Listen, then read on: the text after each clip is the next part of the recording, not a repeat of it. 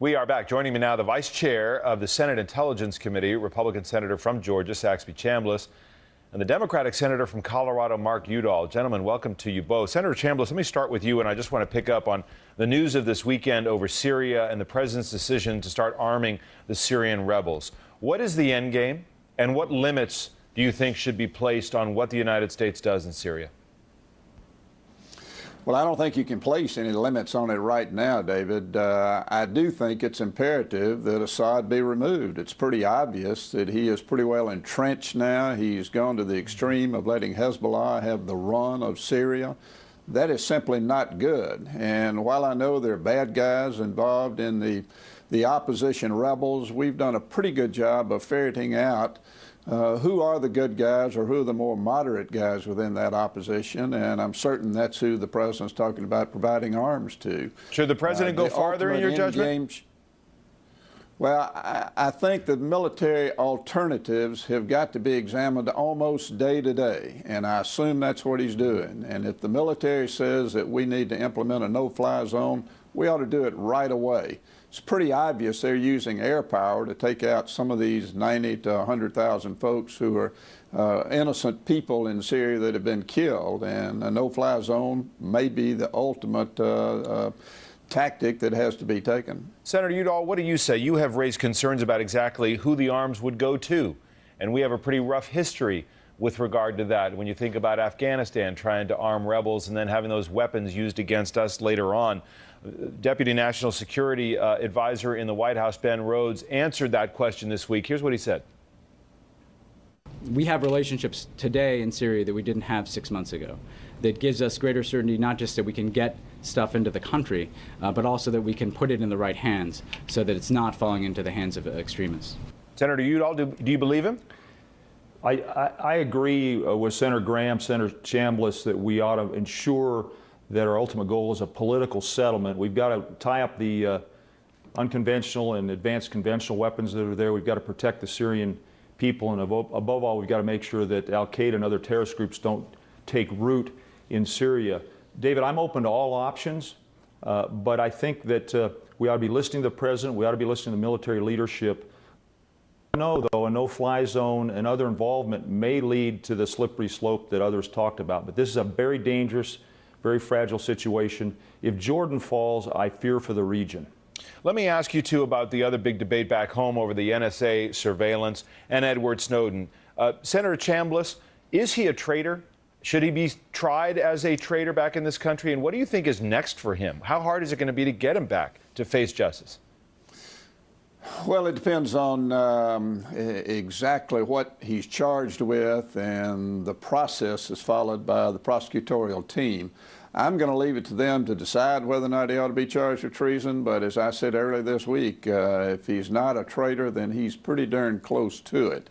And as far as getting him back here, he needs to look an American jury in the eye and explain why he has disclosed sources and methods that are going to put American lives in danger. I mean, there's no question about it. We know now that because of his disclosure that the terrorists, the bad guys around the world, are taking some different tactics, and they know a little bit more about how we're gathering information on them.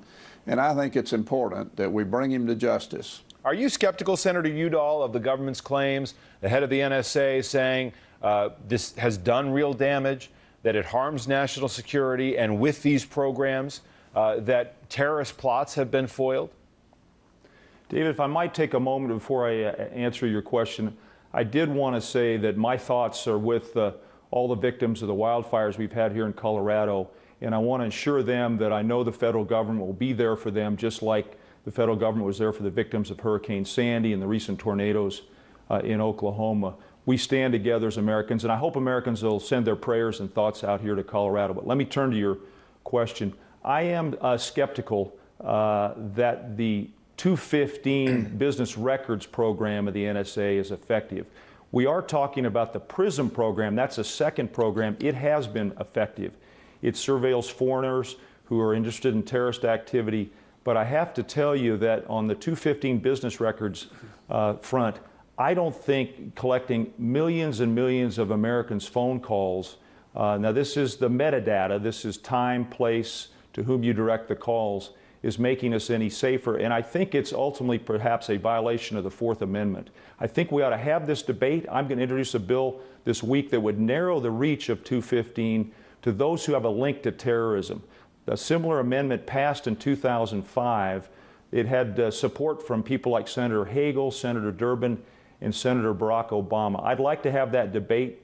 It's important that the American public know what's being done in their name. You know, but it's very interesting because, as some commentators this week have pointed out, those who are concerned about civil liberties, imagine their reaction if there were another 9/11 style attack, and what the American public would rise up to support in terms of quashing civil liberties. And you go back to the immediate aftermath of 9/11, and we did some checking about that. The Joint Inquiry into Intelligence Community Activities before and after the terrorist attacks of 9/11, December 2002. And this was one of the conclusions.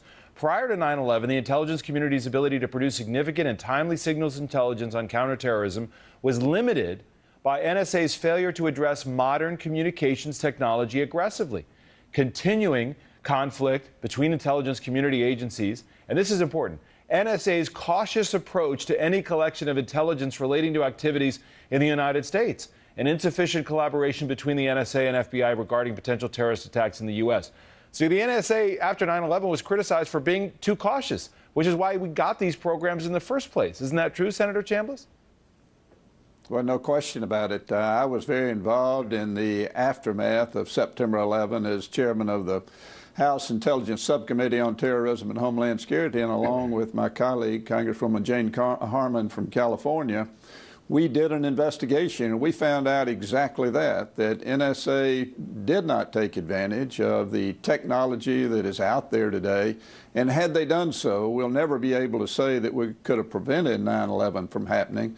But certainly we weren't doing the things that we were capable of doing to try to make sure that these bad guys don't have all the tools, and that we utilize the tools that we have to figure out what they're doing, what they're planning, and that we're able to interrupt and disrupt them. And we've done that time and time again. I hope we're going to be able to give the American public more examples of those interruptions and disruptions over the next several days.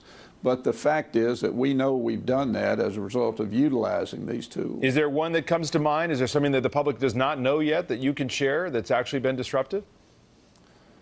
Well, the two that the NSA has talked about and they've allowed us to talk about are the Nazi case that was generated out of the monitoring of phone calls under 702 initially, where we picked up on a phone call made from Pakistan into the United States, and then 215 was used after that to coordinate the ultimate monitoring and arrest of Nazi, who was headed to New York with backpacks loaded with bombs to blow up the New York subway system. The other incident that we've been able to talk about is the David Headley case, dual citizen, U.S. and Pakistani, who lived in Chicago, who was involved in the Mumbai bombings. And those two cases we did pick up information in those two cases with the use of 702 primarily, but particularly in the Nazi case,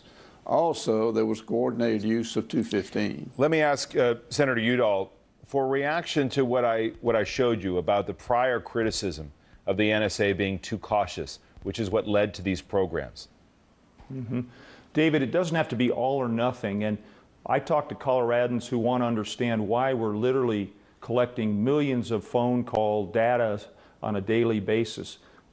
My friend Saxby points out how 702 helped us identify Zazi and Headley and the plots they were generating.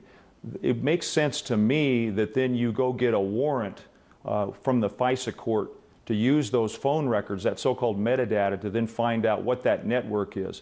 And what I'm proposing is to limit that collection in a way that keeps faith with the Fourth Amendment. If you think about the Fourth Amendment, the king, when the founders wrote the Bill of Rights, could not only take your property and your treasure, but he could take your life and maybe most precious of all, your liberty. I think we owe it to the American people to have a fulsome debate in the open about the extent of these programs. You have a law that's been interpreted secretly by a secret court that then issues secret orders to generate a secret program. I just don't think this is an American approach to a world in which we have great threats. And my #1 goal is to protect the American people. But we can do it in a way that also respects our civil liberties. I have no doubt. We're going to leave it there this morning. Senator Chambliss, Senator Udall, thank you both very much. Coming up, we're going to talk a little bit about how the president's handled all of this and what the politics of it are. How did we get to this point? Of course, there were warnings back in 2001 about government overreach when they were debating the Patriot Act. Was anybody listening? Our roundtable joins us after the break. It includes one of the country's former top spies, former director of both the CIA and NSA, General Michael Hayden. Our roundtable coming up next.